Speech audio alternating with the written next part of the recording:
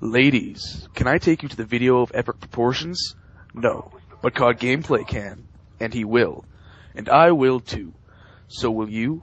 I hope so. I know so. Dualcom? Okay. What's up guys, COD Gameplay here, and as you heard by the intro, I am with one of my friends, Delta Canuckian. Why don't you introduce yourself? Hey guys, my name is Delta Canuckian. I make videos and post them on YouTube, and I don't just play Call of Duty, I play a lot of stuff. But this is some Call of Duty since we are on COD Gameplay's channel, and I know you guys are going to freak out otherwise. Okay, that intro was awesome. That was actually the first time I heard that intro. He's like, okay, I got this, I'm going to do an epic intro, and I'm like, okay, and what does he do? Starts off with an Old Spice epic intro of epic proportions. Yeah, that was awesome. That's going up there. I've got a few of these. I've done one to Dualcom with one of my friends where he had no idea it was coming. He didn't even know that he had completely no idea. He thought I was just going to start off normally, and I came out with that, and it was actually hilarious. Okay, so the first topic we have is about Modern Warfare 3. You want to start us off on that? Yeah. This is going to be interesting because, as I guess reports/rumors have it, there's going to be 3 development teams working on the game. Infinity Ward and Sledgehammer Games are handling the single-player campaign, which interests me for 2 reasons. Because with 2 teams working on it, A, you could get a longer campaign, and B, the head guys at Sledgehammer Games worked at Visceral Games and created the first Dead Space, which is one of my favorite all-time games. So that interests me. However, what worries me is Raven Software is handling the multiplayer. And if anyone played, I know a lot of people like Singularity, and I think some people like Wolfenstein, but to be honest, their netcode, the way the multiplayer was set up was awful, and I know I'm not the only one that thinks that either. My experience with both those games was getting into a match right away, rubber band lagging around for 10 seconds, getting disconnected, and then never being able to connect to a match again. I'd plug my controller in so it didn't die, the battery, and I'd just hit matchmaking, and I'd sit there for half an hour and watch. Wow. Yeah, see, I've never actually played Wolfenstein. I'm just more of a Call of Duty player. I play some other games, but Call of Duty servers are actually pretty good. Starting out, usually on like Black Ops, it was pretty bad, like the first maybe 2 weeks, but it got better, and I would hate it to see it being like the first 2 weeks of Black Ops for like the whole time. No, dude. If you thought the first 2 weeks of Black Ops were bad, you're going to be praying for that. Oh, jeez. With Raven. Unless they somehow step up their game after a year and blow my frickin' mind, it's just going to be a mess. It's going to be a failure. Yeah. We're going to have to hope that they actually have the smarts to put in okay servers that will hold it. And also, they're not just doing the servers, they're doing everything. Yeah, all the multiplayer, right? Although they do have the engine. They do have the Call of Duty engine, which is given to them by Activision. They have the engine instead of running on Unreal. And don't get me wrong, Unreal Engine 3 is a really good engine, but the thing is, you see a lot of the first-person shooters that come out using that engine, and unless they're actually being done by Epic Games themselves, they're just a lower tier, a lower quality in graphics, gameplay, etc. It's just all the same. Whereas Epic Games, they're the only ones that can really utilize it to its fullest extent. Yeah. So, do you have any other things you want to talk about on multiplayer? Yeah, I guess I just hope, if this rumor is in fact true, and it's been around for a while that the ACR is going to be back, just make it like the ACR on Homefront. It's got fairly high damage compared to some of the other assault rifles, like it's the more higher powered, but it less accurate, good amount of recoil, and it's just a balanced gun. And that's for the first week after I had Homefront, I'd be going around just kind of joking about that, saying, "Oh my God, the ACR has recoil! Oh my God!" And it was funny, obviously, but seriously, it has recoil.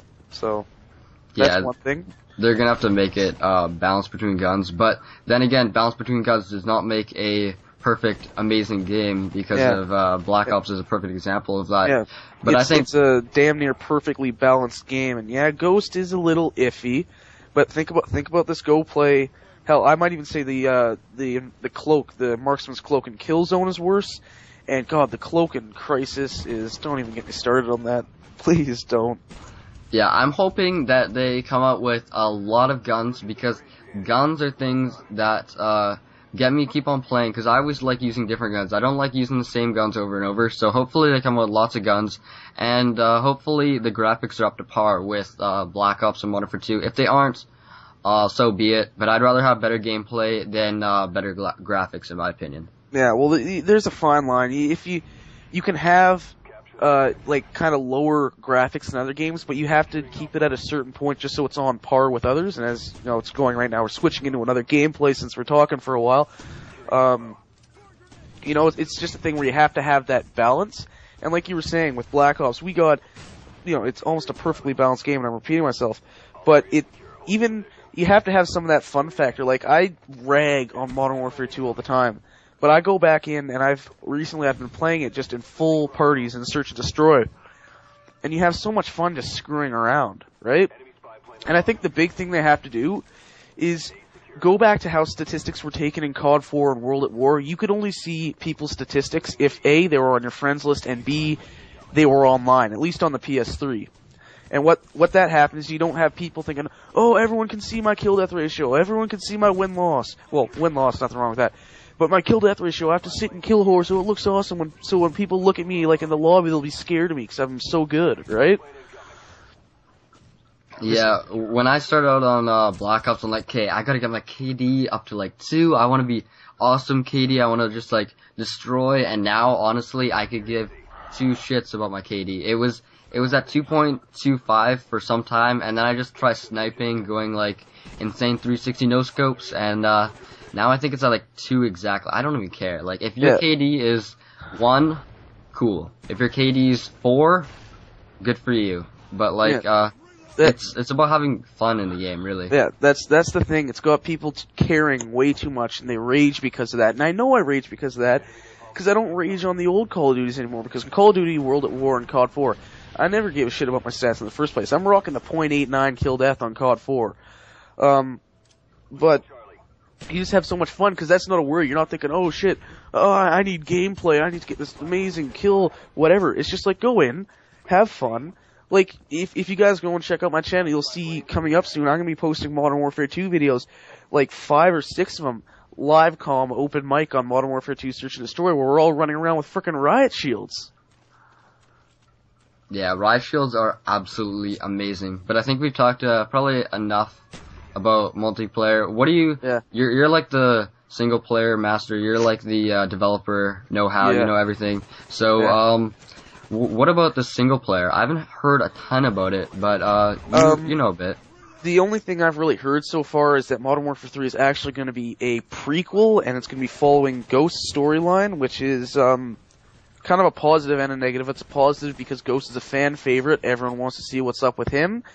But it's kind of a negative because that cliffhanger ending at the end of Modern Warfare 2 and now not getting it, it's just kind of a big, like, fuck you, right? Yeah, I really never played the campaign of Modern Warfare 2 or Black Ops because I'm just like a multiplayer person, but I'm thinking maybe to go back to it just to see how it is, and then if Modern Warfare 3 is a good campaign as well, it'll kind of give me a know-how of what it's looking coming into the actual scene of Modern Warfare 3, instead of going into the campaign of Modern Warfare 3 and not knowing anything about it, you know what I mean? Yeah, well, if it is indeed a prequel starring Ghost, you just kind of need to know Ghost. Ghost doesn't even have much of a backstory, you just know he's kind of a badass. So, I don't know how much they'll tie the Modern Warfare 2 story into it and the COD 4 story into it, but what I'm hoping for right now is that with 2 teams working on it, you'll get, like a longer story, something up to like 10 hours, and I know they say it's going to be 8 to 10 hours, but that's bullshit. You can blow through it in 4 hours. And then better pacing overall. That's the big thing for me. With Black Ops Modern Warfare 2, you were just kind of like, it's all action all the time, and by the time you get to the end of it, you're just exhausted. You're like, oh, thank God, it's over, right? Yeah. With other games that have really good pacing and slow things down and let you kind of look at the environment and, like, fill yourself in on the story, you get to the end of it and you're wanting more. Yeah, that's the way how campaigns should be. They should be wanting more after the end. You should be wanting to have the next game just to finish that campaign if there is like a cliffhanger like Modern Warfare 2. And yeah, what do you think is the best campaign for Call of Duty that you played? Black Ops. Oh, I haven't played anything pre-COD 3, right? That was my first Call of Duty, so I don't know how the original COD. Well, I played like a couple levels of the original COD. Never played COD 2, but Black Ops simply because all of them, you know, not particularly well paced. It's more the fast paced. COD 4 was probably the closest to getting it right of all the ones I played. Black Ops was that non-stop pace, but the thing is, its story was probably the strongest of all the Call of Duty games, and it was one that I finished, and I wasn't so much looking forward to getting into playing more as I was figuring out more of the story. What is going on here, right? Yeah, okay. Well, I think we're actually probably coming up to time. Yeah, we're over our time limit, I think. Yeah, we are. So we're going to the second game, and we've already passed the second game. Yeah, we've passed the second. Okay. We're looking at like a picture of a cat right now or something. I don't know. I'll get something good. Okay, well, that is the end of it, guys. Hopefully you guys enjoyed it, and if you did, go check out his channel. It doesn't hurt. Go check it out, and if you like it, subscribe. Any last words? Yeah, if you're gonna head to my channel, you can expect Call of Duty. My big thing for Call of Duty is the mystery box, where you give me a class, I try to play free-for-all, or whatever game mode you choose with it, and I'll record live commentary, and I tend to fail at that. So that's usually a lot of fun, unless I'm really raging. Sometimes that happens. But other than that, I'll be posting, I don't know, Killzone, Homefront, really whatever I'm feeling like playing, right? Yeah. Whatever's entertaining. If you're looking for a variety of games, a variety of gameplay, and a variety of commentary, go check out his channel. So, yep. See you guys. See you guys. See ya.